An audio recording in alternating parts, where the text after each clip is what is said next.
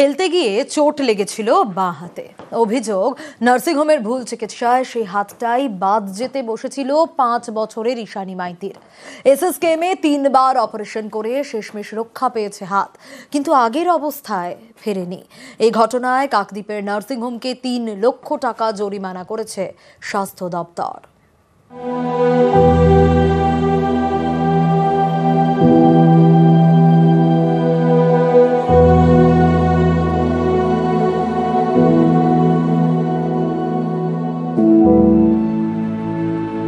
বাঁহাতে অপারেশনের দগদগে দাগ, হাতটা প্রায় অকেজো।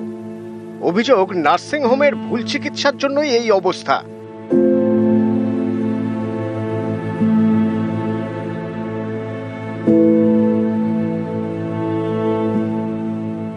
দক্ষিণ 24 পরগনার কাকদ্বীপের শিবকালীনগর। এখানকার বাসিন্দা ঈশানী মাইতি, বয়স 5। গত বছর খেলার সময় বাঁ হাতে আঘাত পায়।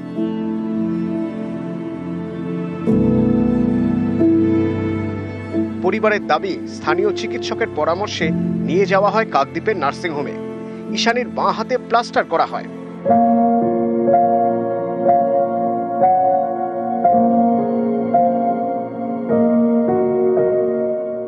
অভিযোগ, কয়েকদিন পর থেকে নাবালিকার বাঁ হাতে ব্যথা শুরু হয়।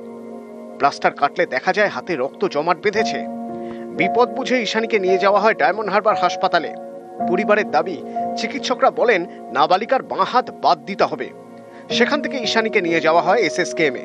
সেখানে 3 বার অপারেশনে ঈশানীর বাঁ হাত বাঁচানো গিয়েছে, কিন্তু হারিয়েছে স্বাভাবিক ক্ষমতা।